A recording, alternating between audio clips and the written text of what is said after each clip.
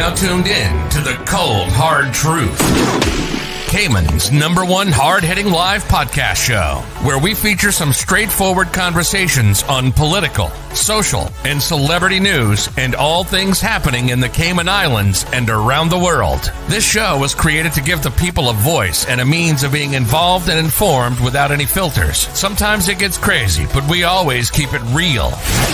We bring you the tea, piping hot, so grab your favorite beverage and join the conversation via WhatsApp at 324-1612. Email tips at CaymanMarlRoad.com. Now, here's your host, Sandy Hill, broadcasting live from the beautiful Cayman Islands.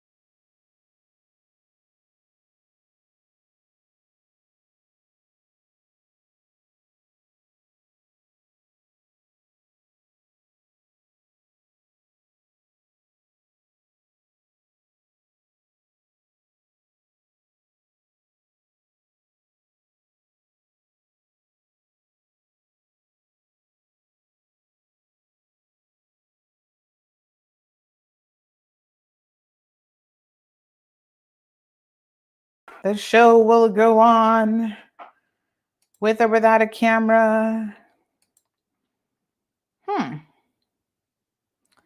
Okay. Strange. Very strange. Not sure what's going on with my camera, but let us see here, folks. How is everyone doing? I'm aware that you can. I'm aware that you can hear me. Hello, Morna. How you doing?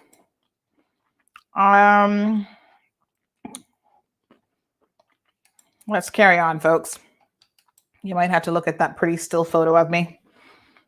Morna, she's here for it. She says, I'm here and on time. Joy is also here for it. Thank you so much, Joy. Where is everybody else? I can hear you. Yes. Just give me 1 second here. I think I'm onto what the problem is. I'm going to get this all resolved here in a second. How was your day, folks? Did you guys have a good day? I never did make it to court. It was on my list of things to do, but I didn't make it. I had so many other things going on, to be honest. And next thing I know, I was still stuck here at the computer going, whoa, where did the day go? So kind of crazy. But some days are like that. You have good intentions of doing all sorts of stuff. And I will say that being in front of the computer can really seep away your day. There we go. Now you guys can hear me. I'm eating some of these Chex, what do they call them? A cereal mix or whatever. I like to eat them just like that. So Thank you so much, Morna, Olivia, Aliano, Erberlin. So a bit of big news today. There is a protest that is going to be happening on Friday. A group of concerned citizens have gotten together and they've organized a protest. We heard about it over the weekend and we were waiting on some confirmation on what was going to happen. Now, the group themselves haven't sent out anything as yet, but you guys know we got sources all over the place, folks.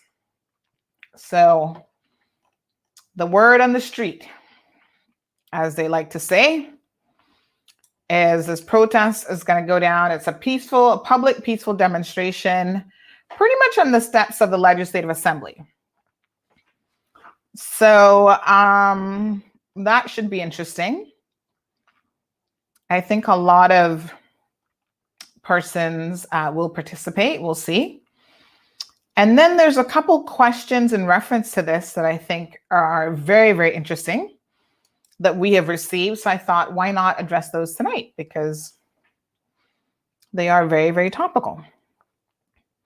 So the first query and the first question is, who will be able to participate in terms of civil servants?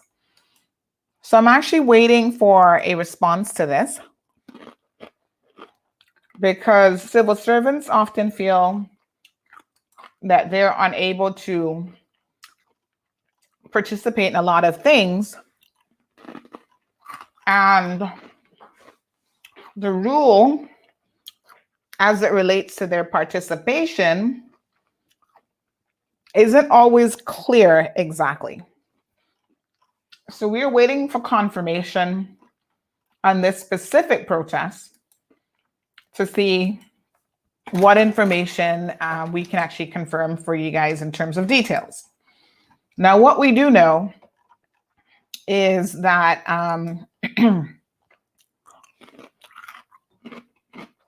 a lot of civil servants have said, listen, this is what one person said. I'll read you their comments so you can kind of get a feel for how they're looking at it. So they have said that when they had the anti-LGBTQ plus protesting, that civil servants obviously participated in that, and there was no, statement about that. So let's see. Here's what one person said. So they asked the question, and they have asked me to forward it to the deputy governor, which for clarity I have, because, people would like confirmation on whether or not they can actually participate. So this person said, I think a good comparison is the anti-gay protest organized by the church last year and held in Hero Square. Of all the people who attended, there was a lot of politicians, including the House Speaker himself, Education Minister Julianne O'Connor Conley, Health Minister Dwayne Seymour, as well as opposition MLAs Anthony Eden, Alva Saku, and Chris Saunders, who all had front row seats for the rally. List comes from a CNS story. I know a lot of civil servants were there too. I think that rally was about getting politicians to not support the bill or law and their own premier's position on it, just like this protest is asking politicians to not support the speaker. How are the two protests different from a civil servant DG standpoint? So I'm not clear if there is a difference in the mind of the deputy governor, Mr. France Manderson. So we will certainly put the question to him. And the original question was also if the DG will be giving civil servants permission to peacefully protest at this. Someone needs to ask him that pronto. Why are civil servants, including the DG, able to attend a silent witness march against violence, gender-based violence, and the same kind of peaceful protest against a real life situation where a woman was violently assaulted by a man? So Good question, folks. What do you guys think? Hi, Tracy. Hi, Sue. Mario says, who has to give the protesters permission to protest on the steps of the parliament? All protesters get permission from a public for any public protest from the RCIPS. And my sources have indicated that as of this afternoon, that permission was actually granted already. So hopefully that answers that question. And good evening. I know I'm having, and I think you missed why I said I was eating these little Chex Mix things. They're very crunchy. Hello, Dawn. Good to see you. You are most welcome regarding all the information. So, of course, this story went up today regarding the protest set for Friday afternoon from 1 to 3 p.m. I'll put the link in the comment section here in case you haven't seen it. You can have a look at it and see exactly what, if you want to join the protest, who you need to contact, my apologies, and so on. So there are a number of individuals involved in organizing this protest. And they have indicated that you can find out more about the protest if you want to volunteer or whatever. There is a link in the story to contact them. Now, I've said this before, and I will say it again here tonight. I am very, very surprised at the lack of comment or response from most members of the Legislative Assembly, with the exception of Mr. Ezra Miller, who has from day one made his position very, very clear. And he has said the speaker should be removed as Speaker of the House. And he was trying to call for a vote of no confidence back in March, was it? When when basically the acting speaker, Ms. Barbara Conley, refused to allow for the vote of no confidence to be called. And of course, you guys will remember that it was not supported by Mr. Kenneth Bryan as well. And I want to hear from Kenneth. I'd love an update on where people now stand on this situation. Good evening, Alice. How are you? You know, most women have been victims of domestic violence or some sort of violence, gender-based violence in particular. And so I'm always curious as to why our legislators are so conveniently quiet. I know why some of them are, believe me, I do know. So Linda, thank you, Linda, for being a voice on this as well. She has posted this comment on the governor's Facebook page, where the governor actually posted over the weekend about the historic moment on Friday where he delivered his speech. It's now the House of Parliament. And he said in his statement that today I had the privilege of delivering my throne speech in the newly named House of Parliament to commemorate the historic occasion. I read special messages from the Cayman Islands, for the Cayman Islands, my apologies, from HRH, the Prince of Wales, the UK Prime Minister Boris Johnson, and Lord Tariq Ahmad of Wimbledon. And he went on to say, you know, what those individuals said. And he said, this is truly a historic moment for Cayman, which becomes a third of overseas territory to have a parliament. It demonstrates the highly constructive UK-Cayman relationship and dialogue on constitutional change. And the Cayman delegation demonstrated cross-party agreement and unity at those talks, which had a powerful impact on the UK and the success of the negotiations. So you can certainly read his entire throne speech. And Linda stepped up to the plate. And Linda said, why nothing said about the abusive and unacceptable behavior of the Speaker of the House? There's nothing to celebrate here. A mockery to the people of these islands and mere theatrics and vanity. Please hold the Parliament to account and higher standards. How can the place be renamed without even a code of conduct in place? Please make a public statement about this. Our democracy and constitution are not vibrant, and the UK needs to intervene. So very, very interesting.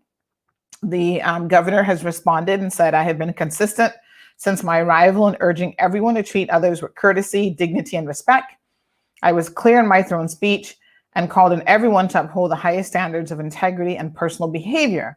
I will not comment further until the outcome of the court case, but please be clear that any action against the speaker is a matter for the parliament, not me as governor. So the governor is basically saying that he does not get into those things. It's a matter for the parliament, AKA Alden McLaughlin and the rest of his cabinet. A number of the, like I said, Mr. Ezard Miller has done his best to get action on this, and nothing has been done yet. So Toshi, good evening, my friend. Thank you so much for tuning in. Devi is joining us from Guyana. Thank you, my dear. And beautiful Cayman Islands. I had so much fun when I was in Cayman. Thank you, Devi. We appreciate it. Cindy, I want to know why he's there, for if he can only use his power when it benefits him. Let me remind you all that you can join the conversation.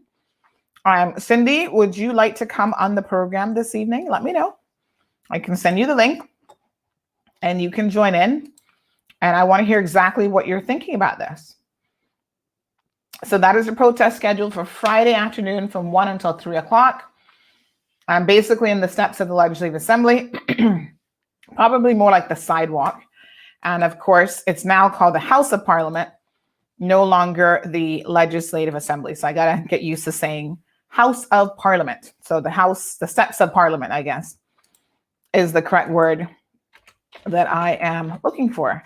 So there are people who feel very, very passionate about this, like I said, because we know the dangers of gender-based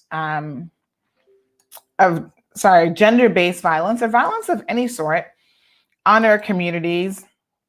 And, some of us have been victims. Sometimes our parents, our mothers, sisters, aunts, and so on have been victims of gender-based violence, which is a real concern in our community. And it really does hurt to see a woman assaulted at her place of work.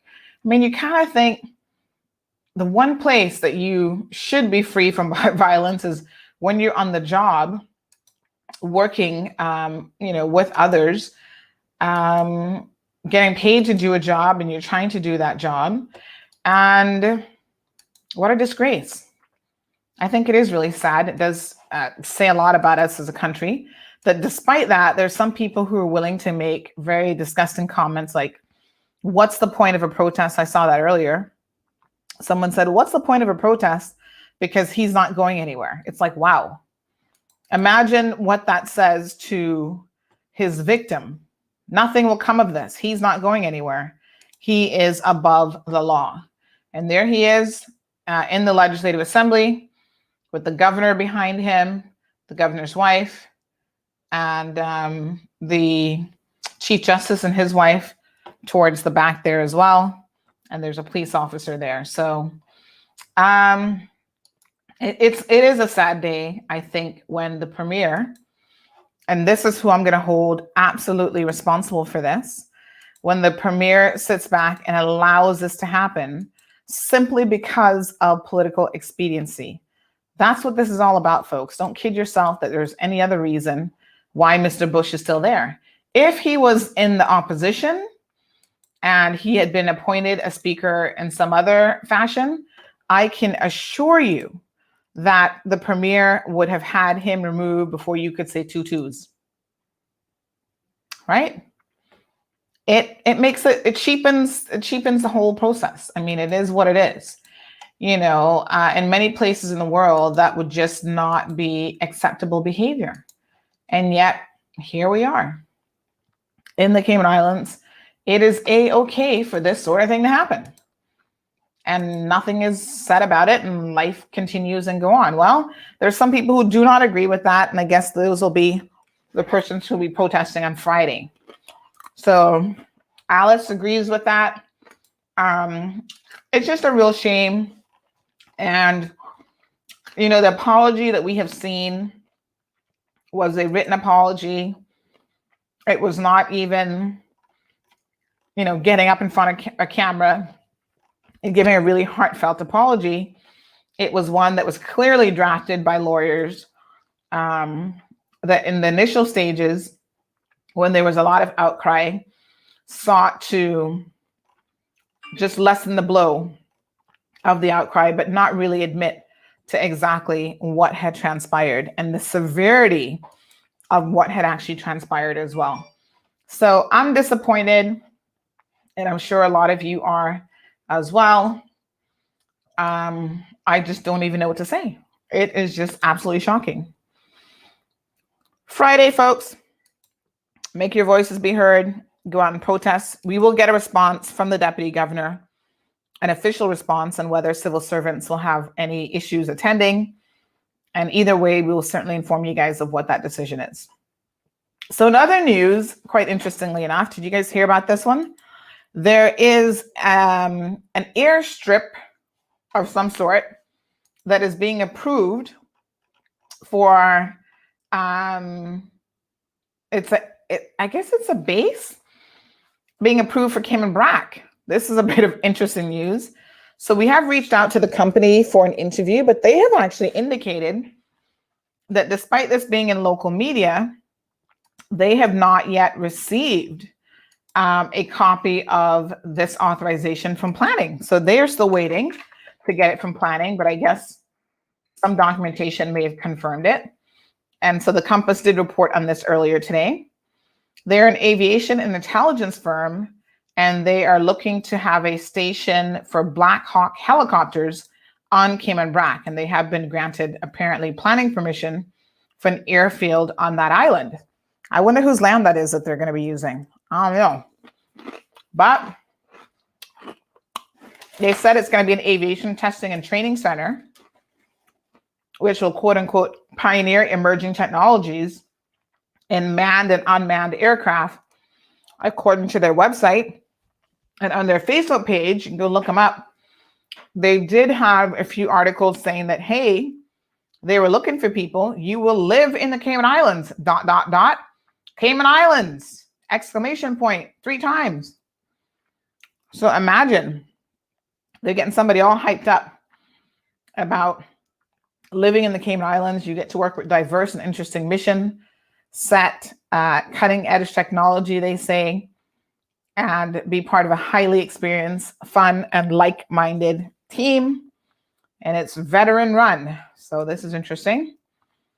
So if you're interested in being a director of operations, holds an ATP, I have no idea what all these things are, has Part 135 supervisory experience, military AOC experience, ideally in Marine Patrol, search and rescue, medical evacuation, ISR, passenger and cargo operations, then apparently this is the job for you.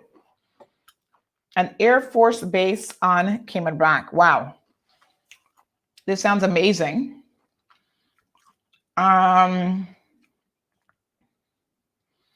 So apparently they have numerous conditions attached to the approval, which we don't have that information yet. But the plans include a 15,000 square foot helicopter hangar, a 25,000 square foot aircraft parking area, an office building, concrete apron and taxiway. There was a lot of objectors from the neighboring properties, but there you have it. And it's going to be on land adjacent to the Charles Kirkconnell International Airport. All right. The National Trust was among the objectors who spoke out about the project, including concerns that the land proposed for the hangar is a habitat for endangered sister islands rock iguana. And the trust and other landowners listed concerns, including the proximity of the proposed development to the West End Community Park, loss of natural vegetation, the impact on Nurse Smith Cave, and a historic turtle crawl used in previous generations to keep turtles alive until they were needed for consumption, were also cited as a concern in letters submitted to the board. Aesthetically, we believe that the new expanse of asphalt and accompanying outbuilding would create a first impression for visitors to the island which is at odds with the natural beauty that exists throughout the island, said a neighbor who submitted a letter. And the National Conservation Council also recommended in its submission that the development be located to a different site. Obviously, the planning boards, CPA, did not agree with those. And so they have confirmed that the application has been approved with numerous conditions attached. And we don't have anything on what those conditions are. And it says that it should be made public later in the week. Okay, the name of the company, I believe it's Degaro. We shall see. They're headquartered in Switzerland, and it states on their website that they're the forefront of advanced technology in delivering aviation and intelligence services. So someone had said privately, someone just said they're getting ready for war. Well, I don't know what they're getting ready for, but I'll tell you what. Someone said to me earlier that they had some questions about whose pockets might be lined in the process of this. They said, follow the money. And they also indicated this company is a defense contractor for the CIA. And that this particular project has been in the works for over a year. And they're waiting to see what grand announcement government might have to make in relation to this project. Well, we'll see what the airfields are for.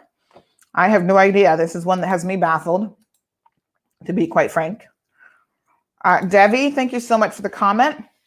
Devi says, Sandy, keep up your good work. I wish you all the best. I always say to people, do good and think positive. Thank you so much. Miss Joy, I think is saying hi to Toshi. By the way, just a quick note. You guys know that on Thursday, I was supposed to be in court for a sentencing hearing, but that has now been postponed until I think the judge said sometime next week. So we don't have an exact date yet, but I'm guessing his schedule got busy for this week. And so the Thursday session has been pushed backwards. Yeah. All right. In other Legislative Assembly news, and I had to really listen to this one a couple times to get the sense out of this. But you guys remember we mentioned a couple weeks back when the LA had wrapped up that the Speaker of the House had refused to allow for a report to be tabled. Now, I guess he's changed his mind. The report is going to be tabled, but it's coming with some sort of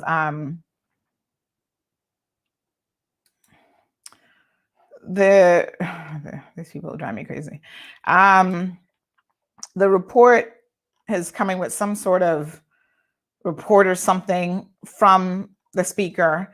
And basically he spent the entire time defending his position on why it was delayed, saying that despite what the head of the chairman of the Public Accounts Committee had said, that he has every right to be able to delay a report. I mean, it's never been done before, so who knows, right? But he says that he has every right to do so. And he went into all sorts of reasons justifying why he did it. And basically what he said was that he had concerns about the fact that the report, the PAC report, had made certain assertions about the reputation of the chair of OFREG. Now, you guys remember, that's Linford Pearson. He's a former representative. Him and Mr. Bush have been worked together over the years, as well as I'm sure they've been in opposition on the opposite sides. But it looks like, from what most people are saying in this case, is that Mr. Bush actually has his back now. So that's why most people believe that it was not tabled. I don't understand the point of not tabling it. Like, what's he going to do? He's going to tell the Public Accounts Committee to change their report. But he claims that it's a matter of reputation and that the man has a right to defend himself. And in fact, that not only does he have a right to defend himself, but the Public Accounts Committee should have given him a draft of their report before they tried to table it. I'm thinking, what? I must not have heard that correctly. because to me, that makes absolutely no sense. But of course, he talked about the rule of law and how important the rule of law was, and, all sorts of stuff about why it's important to give people an opportunity to respond. It's going to be reputational damage for them and yada, yada, yada. Listen to me. Like I said yesterday, there is such a thing as the Good Old Boys Network, and that's what this is. This is the Good Old Boys Network at play. Mr. Linford Pearson, I like Linford, bless his little heart, but he comes from the old school, where back in those days, the elected officials, just like Mr. Bush, who's been there for almost 40 years, got to do whatever the heck that they wanted, and there were no consequences for their bad behavior. So they still think that it's the same, good times keep rolling like how it used to be, and they can continue with bad behavior and nobody's going to hold them accountable. But there has been a changing of the guard. Things are not the same anymore. The public is much more involved and concerned with what happens in this country, what happens in the Legislative Assembly. We have people reporting on it. We have people listening to the proceedings. They're unlike the olden days where you had to really go out of your way to listen to the proceedings. Now you can go to YouTube any time of day or night and pull it up on CIGTV and watch it to your little heart's content. We can grab video footage of that and have discussions about it. So I think it's incredibly interesting that, some people didn't get the memo that it's not business as usual anymore. And you really have to take a stand on speaking out against bad behavior. Now, Mr. Pearson's behavior has been called into question since he's been appointed of off-reg chair. He's actually threatened to assault someone who was part of off-reg. And I think they've since kissed and made up. But, all of that, when it came to the forefront, people were like, oh, what the heck? Like, who does this when you're chairperson of a board? Listen, there are things that you will be held accountable, to some level, even if it's just in the arena of the public space. The public will hold you accountable. We're going to get on this show. We're going to talk about you and your unbelievable behavior and unprofessionalism, et cetera, et cetera. So listen, the PAC Public Accounts Committee report was harsh. Yeah, but it was truthful and it was honest. And they're not the only ones who are saying the things that they have said. The Auditor General also did a report on off-reg, which basically said off-reg is a failure. And they are largely a failure because of the management that is there. And when they say the management, they're talking about the board and the chairperson of the board and the keeps this rotating thing with rotating directors, which they thought somehow would be useful. Power-hungry old men, and they all need to be retired and go sit down and find some community work to do. So, what Mr. Bush disclosed on Monday's sitting of the Legislative Assembly is that basically he received a letter from Linford Pearson raising concerns about what was contained in the PAC report. But if he didn't see it, which obviously they didn't get his permission, then how would he know what was contained in the PAC report? Does make you wonder, doesn't it? Did someone leak some information to Mr. Pearson, such as the PAC report says that you should be removed as chairperson of off-reg? And then he runs to McKeeva Bush and starts lodging a complaint. Oh, I don't like this. They're talking about me in a professional capacity, blah, blah, blah. And so Mr. Bush pulls out some 1996 thing from New Zealand, which he claims proved the point about, having to follow certain protocol when you're making accusations against a person as part of the Legislative Assembly and Public Accounts Committee. It is interesting because normally people get up in that Legislative Assembly and they make all sorts of comments and accusations about people. And they claim that they have complete parliamentary, what's the word I'm looking for? Parliamentary protection. And they can pretty much say whatever they want. So all of a sudden, the Public Accounts Committee, which is basing their opinion on the Auditor General's report and the meetings that they had where they called people, including the chairman, to question and, brought up all the issues, and they heard how they were addressed. So they can't put forward a professionally written report with recommendations. Well, that was the whole idea why Mr. Bush did not want it tabled. Apparently, he needed to vet it first. He needed to see it. He needed to prove it. And I don't get that. He's not part of the Public Accounts Committee. So I'm really confused about how that works. Good evening, Jaron. Good evening, Dean. Perla's here. So one of the things, Perla says she's sipping on tequila rose. This episode should be interesting, girl. Sip away. So one of the things that we need to do here is, Perla, girl, you got me cracking up. Perla says that we need to do an episode of the end of year clowns. Ay.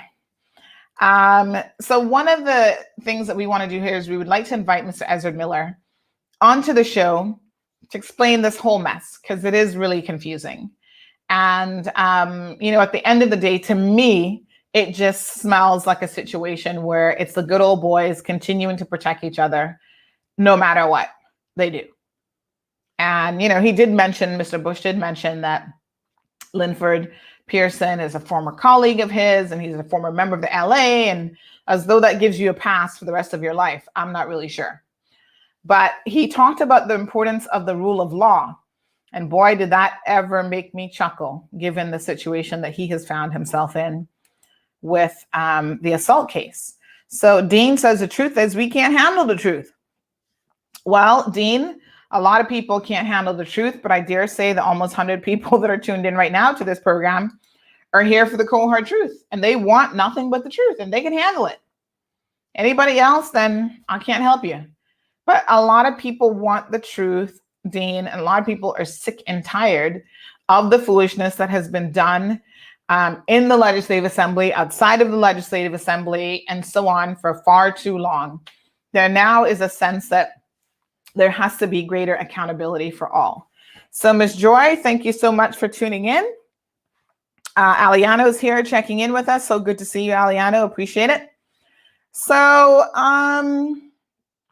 it is a peculiar situation. All of his first segment on Monday's new parliamentary proceedings was based on, why he could have tabled it and why he has the right to table it and blah, blah, blah. And he also lambasted Mr. Miller and I guess others for going to the radio shows and talking about this, because he said that that wasn't right and they're not supposed to do that. And I kind of chuckled at that as well, because how many times have we not heard members of the Legislative Assembly, including Mr. Bush, take their concerns to the airwaves? He did say that, let me just tell you this. So Pearson wrote to Bush complaining about Miller and the committee's conclusions, despite his performance at the hearings, which were broadcast live and remain publicly available on the government's YouTube channel. So you can go, this is the irony of it all. You can go back to those hearings. I think they were in mid-June or early July? But you can actually go back to them and listen to them for yourselves and draw your own conclusions about the competence of OFREG and the things that they've been doing. Listen, Ali Famour, who used to work at OFREG as head of ICTA, and he was actually head of, before they merged, ICTA was its own separate entity before OFREG, and he was head of that for years. He got up during his testimony and had some very truthful and sobering things to say about how OFREG was being run. And folks, you gotta go and read it for yourself. There are a number of concerns that he has brought up in terms of, decisions that were made. They don't even have access to a lawyer anymore. That has delayed their ability to sign off on certain contracts and approvals and licenses for entities. I understand that one of our internet providers does not even have a current license because of this lack of legal advice that they normally had available to them. So in addition to that, the OFREG board has told them that when they come to bring their individual reports from the different sectors, keep it to 15 minutes. And these are reports that previously had been like hours, like they would have as much time as they needed. It could be 4 or 5 hour long reports. Now it's like, keep it to 15 minutes. How do you give an annual report on off-reg in 15 minutes? And then the meeting would still last for 5 hours. So one of the questions I think that I believe was Austin Harris asked was, what was discussed the rest of the time? Because if you're only telling each sector to give a 15-minute report, by his calculations, I think it amounted to about an hour and a half or whatever. What was the other 4, 5, 6 hours left for? And so that was really, really puzzling as well. But there were a number of issues there. But I think this overarching issue, which is, does the Speaker of the House have the right, the legal ability to not table a report? Is that permissible? Is that allowed?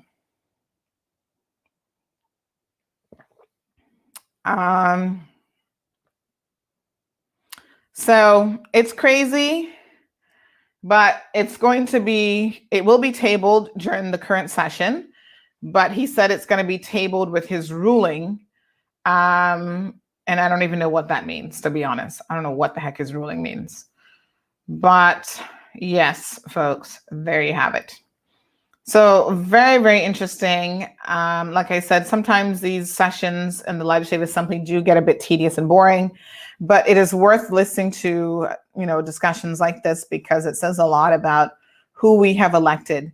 Now, I want to share something with you guys because I thought this is really interesting. Hi, Jessica. How are you, darling?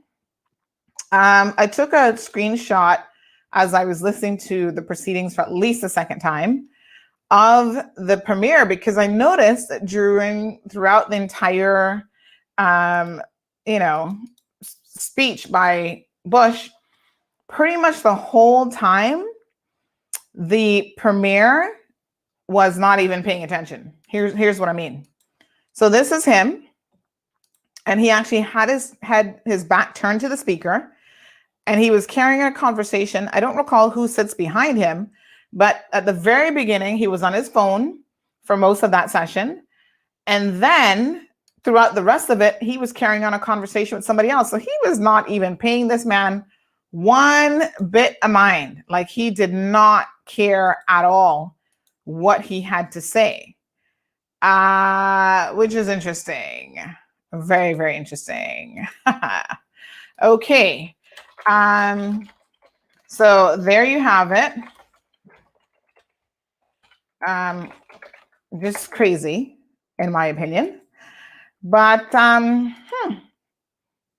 in other words, the premier could care less what the speaker was having to say.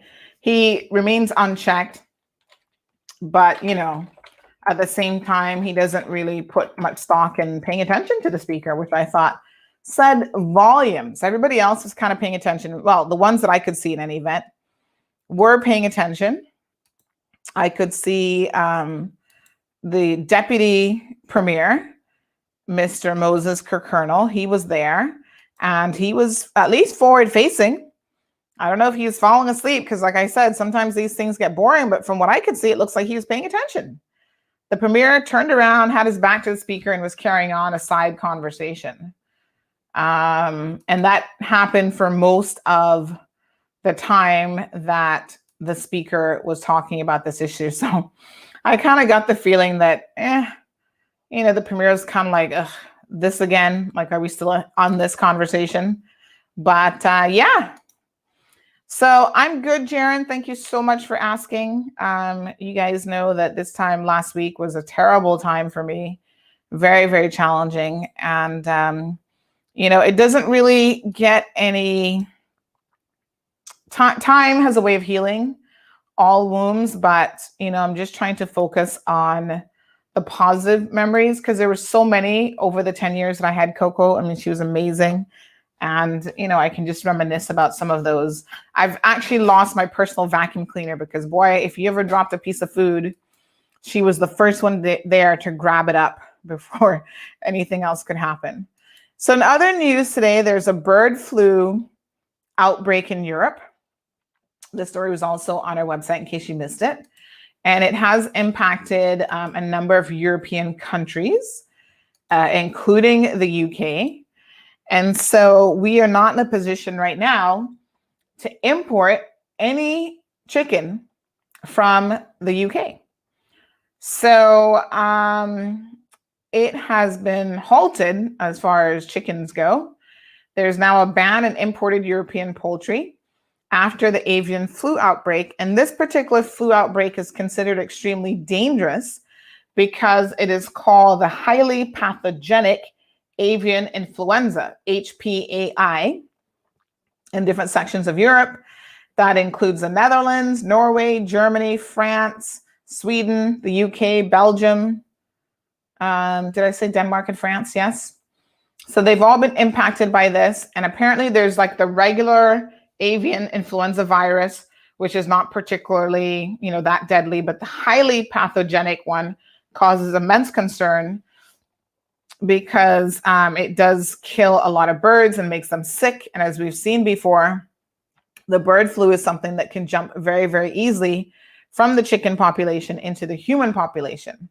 So this is something that they are not going to take any chances with. So the government, the Ministry of Education, Youth, Sports, Agriculture, and Lands has announced a temporary restriction on the importation of any fresh, chilled, or frozen meat, particularly poultry, from the UK, the European Unions, and the Netherlands, effective immediately. As of yesterday, actually. The release came out today. And other sort of interesting news that came about late this afternoon, apparently this flu vaccine is out. They've run out of the flu vaccine. So if you were waiting to get the flu vaccine, you will want to know that it is right now temporarily unavailable. Yes, yes, and yes. So this is kind of one of those things that if you really needed it, you probably should not have delayed. This is at the HSA. I don't know if this includes private. Let me just read what their press release says here. Let me just see if we have none on island at all. But yes, if you were counting on getting a flu vaccine, seasonal flu vaccines temporarily unavailable. Public Health informs the public that the flu vaccine is now temporarily unavailable. The uptake of the vaccine this year has been higher than previous years, with 4,000 being administered, said the medical officer of health, Dr. Samuel Williams Rodriguez, and an additional 2,000 vaccines have been on order and are awaiting delivery. So, normally you can go to the flu clinic, and they were at different locations because just a few weeks ago, I saw them like at the grocery stores and stuff like that during their annual campaign. And I guess most people took them up on their offer. People are probably just afraid of what's been going on with COVID and think, you know what, I'll just get vaccinated for the flu and maybe that'll give me a little bit of protection. So the flu clinic does not administer the flu vaccine, by the way. But at this point, it doesn't matter because they're out. So I'm assuming that they will inform us of when they finally have some in stock. Other things that we're working on for you. There's a lady who is being evicted from her house on December the 31st. She has a government house and she's been instructed to vacate the property. So we are going to be bringing you that story. It's a sad story, but it's also one of those things where she really hasn't paid the mortgage in like 5 years. And she's in arrears on the CUC bill and all sorts of other stuff. So we're going to arrange an interview with her and try to get the uptake on what the situation is. But I got to say, I'm not trying to be hard, but sometimes we have to understand that there are implications to our decisions that we make. And you can't go through the world expecting a free meal at the end of the day. And you certainly can't not pay your mortgage or your bills and expect that the banks are going to allow you to remain indefinitely in those properties. And those are the hard knocks. And I know it's kind of difficult for this to be happening during the holiday season, but at least she gets to spend Christmas in her home. Doesn't sound like she's going to be there for New Year's, however. So we're going to find out a bit more about that. So Aliana says, I hope the chicken I'm frying now don't have it, or tomorrow drive session on the bus shuttle will be one to remember. Yes, I'm sure you should be okay. Hopefully. Crystal wants to know how you feel about the Great Reset In terms of what aspect? The environment, the economy? What are we talking about here, Crystal? Now, listen, we've got some breaking news for you. You guys know we always keep it, especially with the election stuff. We're on the news, boy, and we're going to keep you guys in the loop. So the beautiful and the lovely Sabrina Turner has declared, I had to steal this off her Facebook profile because unfortunately the one she sent me, I can't extract it. So I just need her to send another one, but here we go. Close enough. Sabrina Turner is going to be running for public office in, remember, we guessed it, the district of, you guys remember? Anybody remember which district? Prospect. So she will now make candidate number 4 for Prospect. I'm trying to remember who else we got, but yes. Definitely candidate number 4 for Prospects. We've got the incumbent, which is Austin Harris. We have Frank Matfield, Michael Miles, and now Sabrina Turner, who have all declared for Prospect. So boy, it looks like Prospect is going to be hot. A lot of people feel, though, that when you have the field crowded, as you do in this type of situation, that what you end up doing is maybe splitting the vote a little bit too much and causing the incumbent to remain exactly where he is. So that's entirely possible.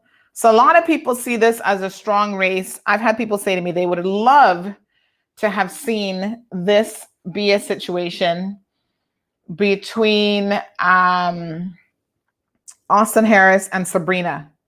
Like those two just go head to head. And I do think it's so much more interesting when you have a 2-person race. You know what I mean? And I don't know, Cayman is still very much in the mode of independents do run and have a very good chance of getting in. So the parties are not as entrenched here as perhaps in some other places.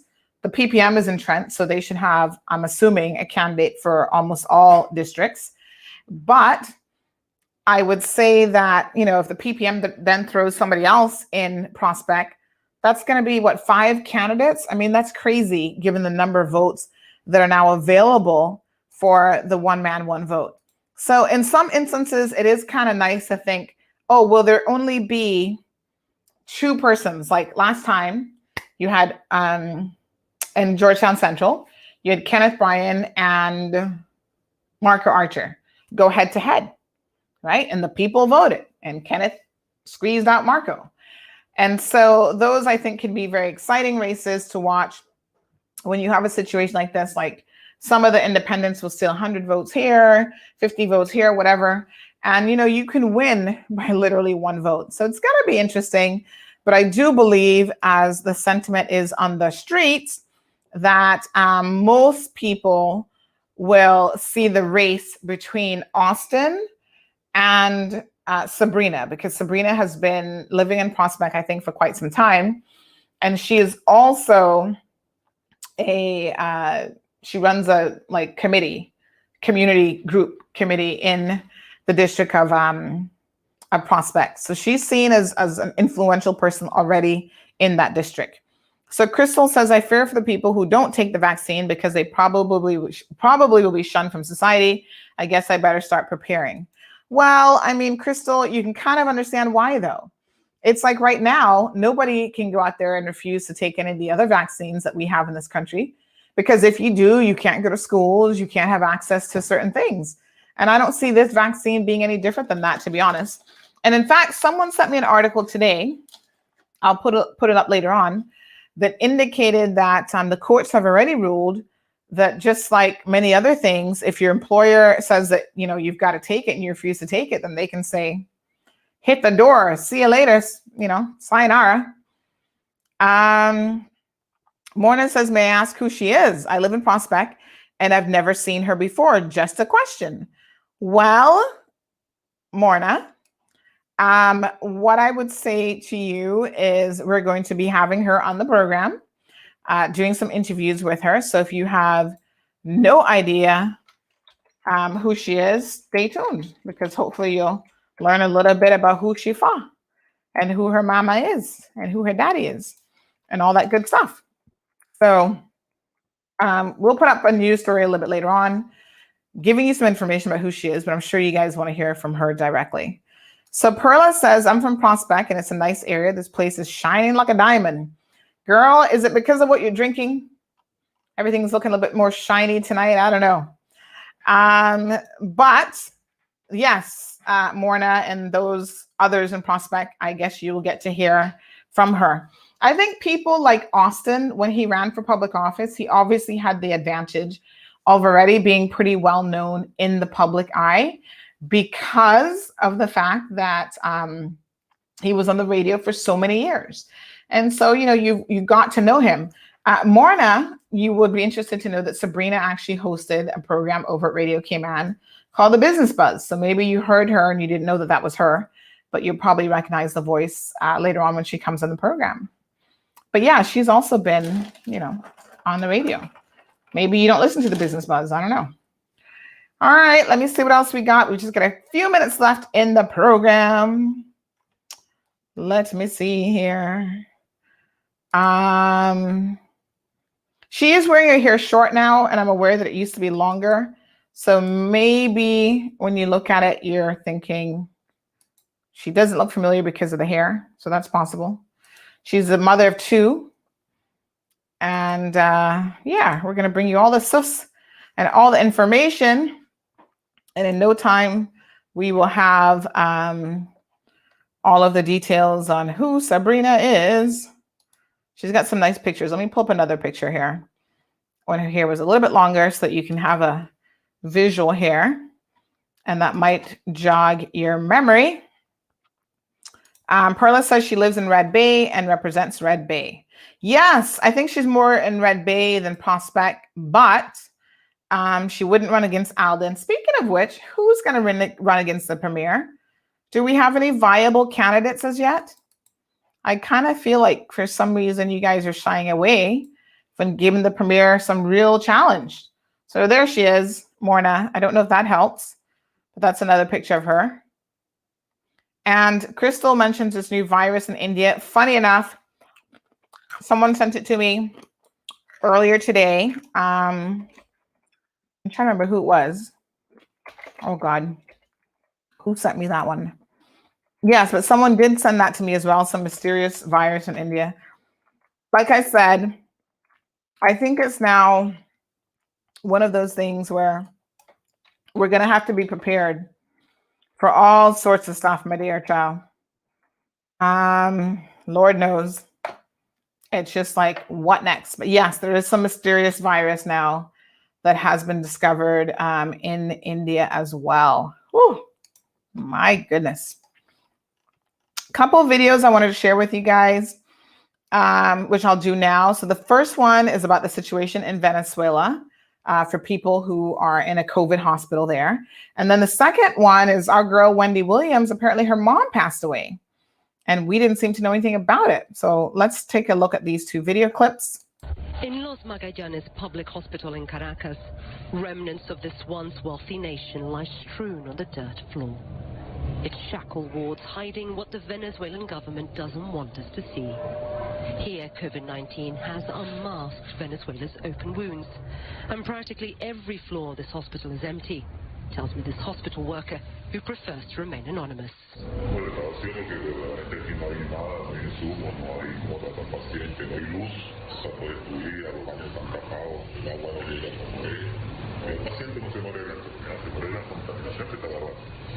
It's a risk only a few dare to take. This is the COVID-19 ward. Only this part of it is functional. The rest is completely run down after years of mismanagement. So it's no surprise many would rather face the pandemic outside these walls, choosing instead their homes over these decrepit rooms, where darkness has literally taken over. This is the intensive neonatal ward. And the reason I'm holding up this light right here is because there is no electricity in this hospital. Have a look around. Bare bones. And what I've been told by doctors, around Caracas and outside of Caracas is that this is the situation day in, day out. Even in the morgue, death comes with shortages. There's no pathologist here, and with intermittent electricity, the stench is unbearable. Now imagine having to face a pandemic in these conditions. It's why doctors like Gustavo Villasmil are no longer afraid to speak out. I have friends of mine who have been criminally charged, he says. Why? For protesting the conditions in which they've been forced to practice. So he doesn't hold back. In Venezuela, he tells me, there are only as many recognized COVID cases as the regime wants. With testing limited to 3 government-controlled labs, Villasmil says it's impossible to paint an accurate picture. With regards to COVID, he says, we don't know where we are.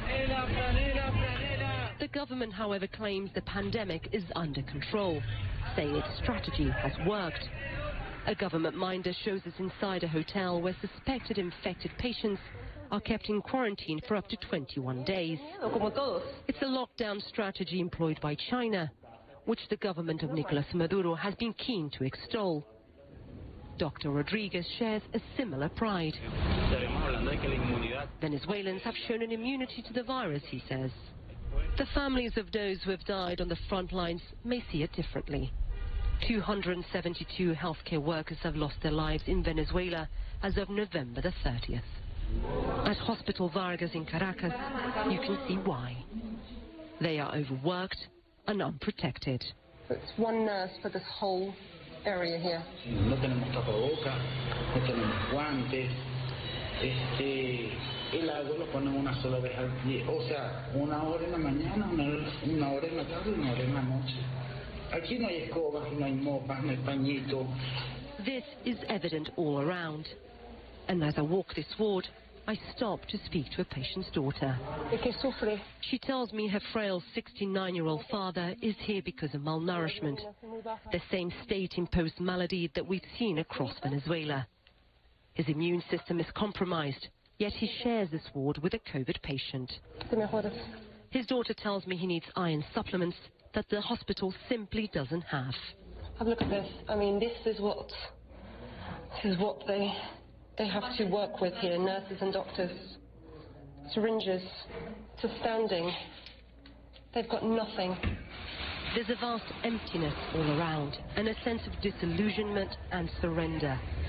Painful, no doubt, for those who saw this once oil-rich country as one of the wealthiest in Latin America, now tittering on the brink of survival. CNN has reached out to the Venezuelan government for comment on the conditions we saw across those 2 public hospitals, and also the criticism we heard, and you heard in that piece, from various healthcare professionals.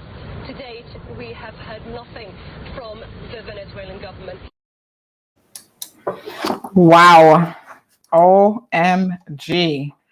Folks, that is horrible. Shocking, really. And as Miss Beulah has just said, I thank God every day for my little 2x4 island.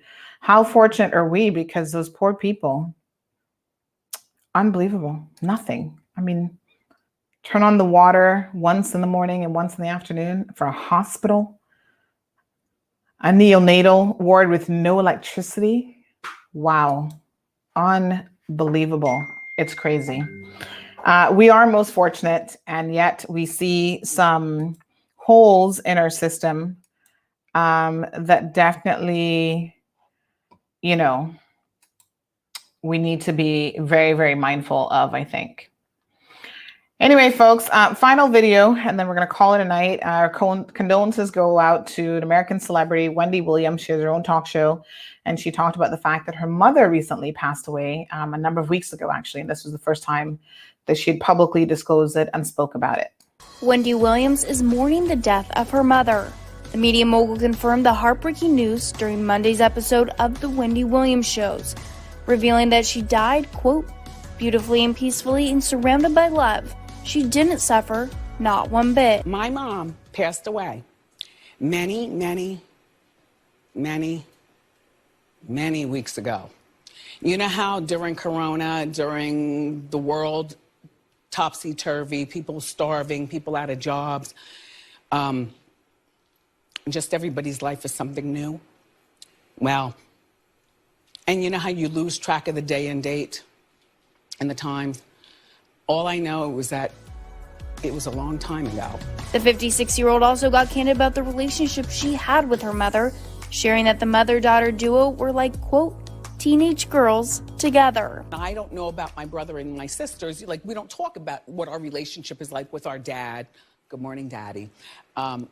You too, Mom. Hi, Juan. Hi, Tom. But, you know, my relationship with my mother, right up till the end, was so girly and so ridiculously giggly. Shirley was no stranger to Wendy's popular talk show. Wendy's mom made several appearances over the past few years, and even once told the audience that Wendy was a, quote, ray of sunshine. Share something with all of you about my daughter, Wendy. In 1964, my family was full of stress and in a lot of darkness because my mother was diagnosed with colon cancer. It was not a good time for my family. But then a ray of sunshine came into our lives. Wendy was born in July. Oh, God.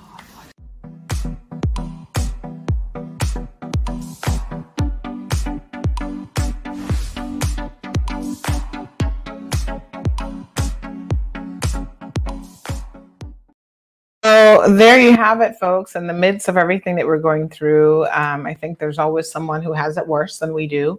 And there's always something to be incredibly thankful for. So we just celebrated Cayman Thanksgiving on Sunday. So let's continue to be thankful for all of the things that we have here in the Cayman Islands and the issues that we have. Let's try to fix them.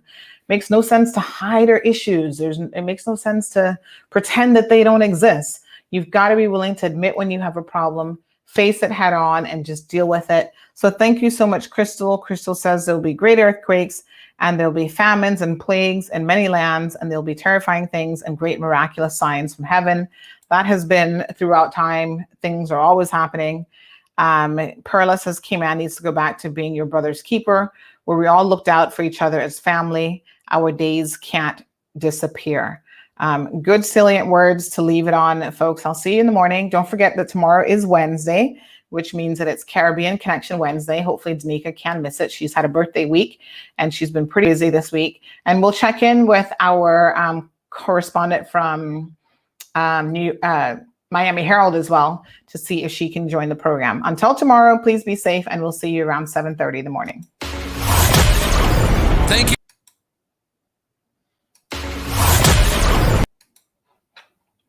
Uh-oh, looks like my video is stuck. 1 second, good folks. Where are we?